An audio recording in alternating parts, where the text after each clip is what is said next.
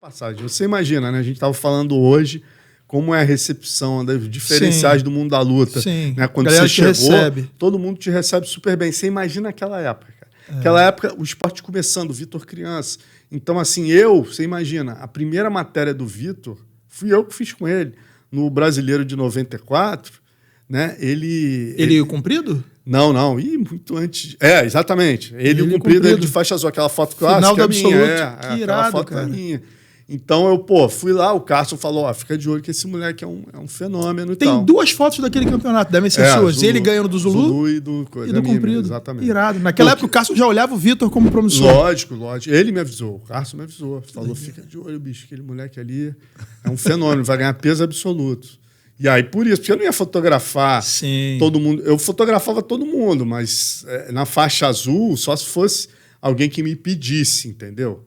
Eu ficava, obviamente, de olho nas finais, que eu ia usar nas matérias que eu escrevia para Kiai, né? Mas só se realmente fosse alguém que se destacasse. No caso dele, eram os dois. Os dois não, porque ele não ia comprar, mas era exatamente por ele falar isso, né? Eu fiquei de olho. E aí o Vitor competindo ali com o comprido, né, cara? E realmente o Cássio já tinha falado que ele era um fenômeno, e aí eu percebi realmente que... Né? E aí, muito legal, quer dizer, pegar o garoto logo na sequência. Eu fiz essa matéria para Kiai, colocando ele como grande destaque da faixa azul. Aí, tempos depois, 2 semanas depois, eu revelo as fotos, vou no Carson. Aí ele chega para mim assim, porra, Marcelão, beleza? Porra, deixa eu ver, você tem aquelas fotos? Aí eu tinha. Aí eu peguei e mostrei ele, porra, que maneiro. Eu não tenho garotão. Não tenho dinheiro, não. Porra, um dia eu vou comprar isso com você. Eu dei. Falei, pô, meu irmão. Ele, um dia eu vou sair na capa da Tatame. Irado, meu Aí irmão. ele chegou pra mim e falou, um dia tu vai fazer uma matéria comigo na capa da Tatame. Meu sonho, não sei o quê. Caralho. Aí, olha que doideira. Aí, beleza. Deu 1 ano e meio disso, hein? 1 ano e meio disso, eu começo a ter essa condição de viajar. Aí tem o primeiro evento no Japão, antes do Pride, que é o Japão, o Japan, né? Que o Carlão, Valide, Hugo, Marcelo Mendes, todo mundo luta lá no Japão. E aí eu peguei, tirei a minha primeira passagem, fui cobrir. Os caras ficaram loucos, né? Aí minha amizade com todos, com o Hugo, com o Carson, se estreita aí nessa viagem. Porque, cara, ninguém tinha dinheiro para ir. Imagina, nem cobrir os caras, primo pobre total. A gente não tinha dinheiro para, meu irmão... se ter um fotógrafo que tivesse disposto a escrever de luta já era uma coisa maravilhosa naquela época. Maneiro. O cara, pegar uma passagem para ir para o Japão é bom demais. Tipo assim, tapete vermelho ao quadrado, né? E aí a gente estreita os laços aí nessa viagem e foi, inclusive, nessa época que a Tatame está surgindo. Eu fui cobrir mais até para Kiai. E aí, nessa época, a Tatame surgindo... eu até cedi as fotos, eles não tinham dinheiro na época, né? A Tatame era um tabloide.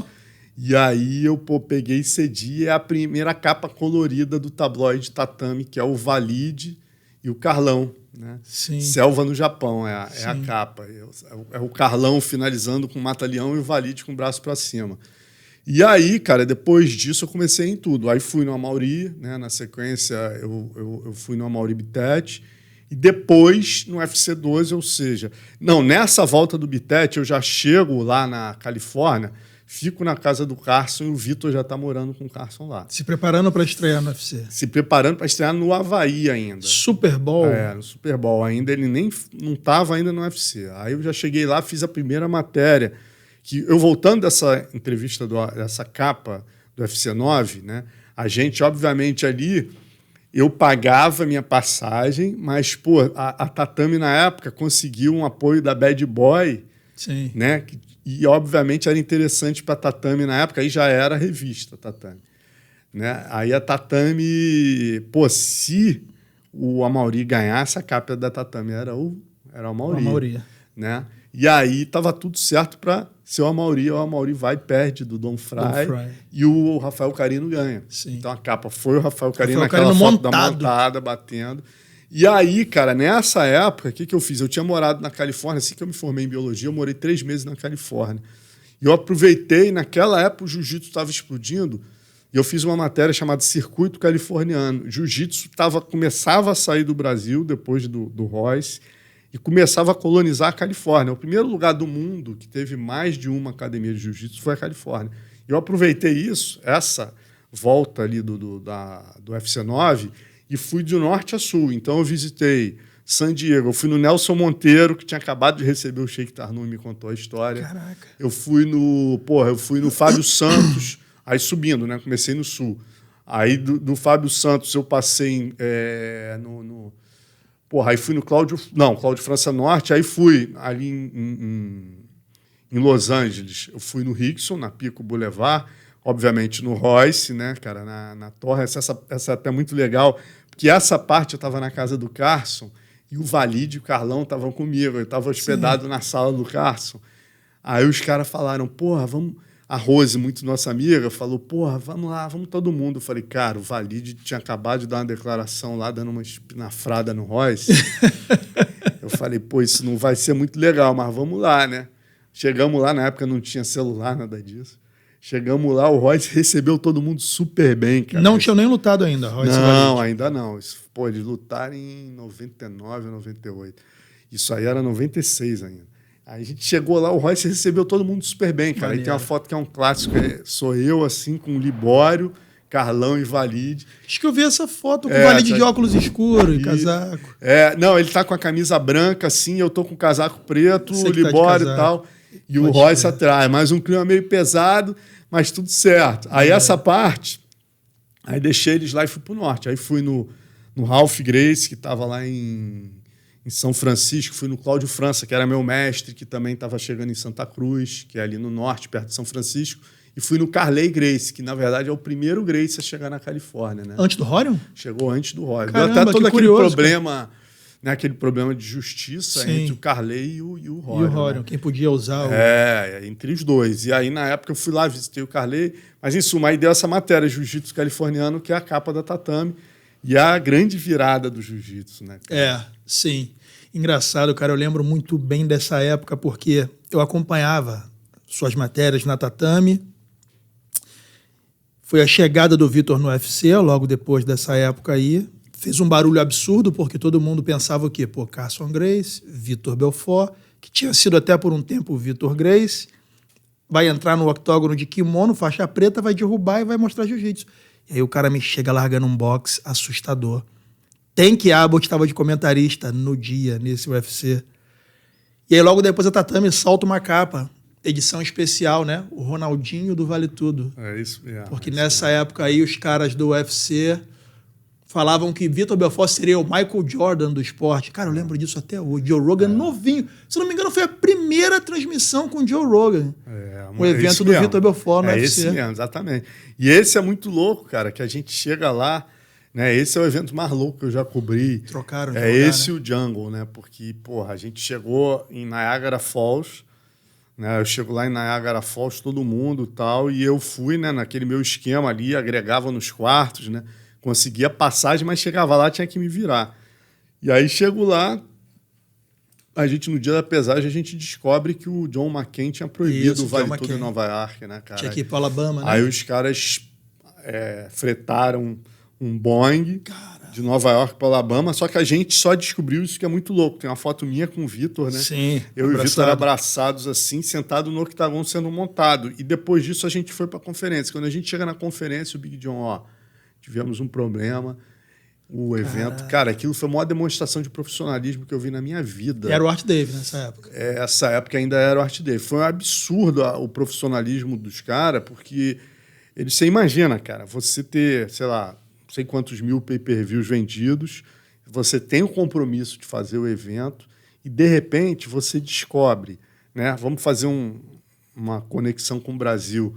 Você tem o evento pronto em Porto Alegre, na sexta-feira, né? O ringue começando a ser montado em Porto Alegre. Imagina o que aconteceria no Brasil hoje, em 2023. Veja se você consegue imaginar isso sendo feito no Brasil. Isso foi em 1997, né? 1997, 98. Cara, os caras, na sexta, recebem essa notícia, né? A sexta tarde, não era a sexta de sexta. Isso faz a diferença, né? Não é sexta, 5 da manhã, não. É sexta, 4 da tarde, no horário da press conference. Eles dão essa notícia e avisam: estamos alugando um Boeing. Olha que loucura. Sexta-feira, em Porto Alegre.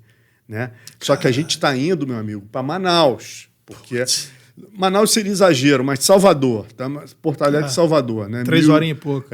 Exatamente. 3 horas, 4 horas. Meu amigo, os caras transferem um evento em menos de 24 horas, porque 5 da manhã, eu lembro da gente... Isso era 4 da tarde, 12 horas, né?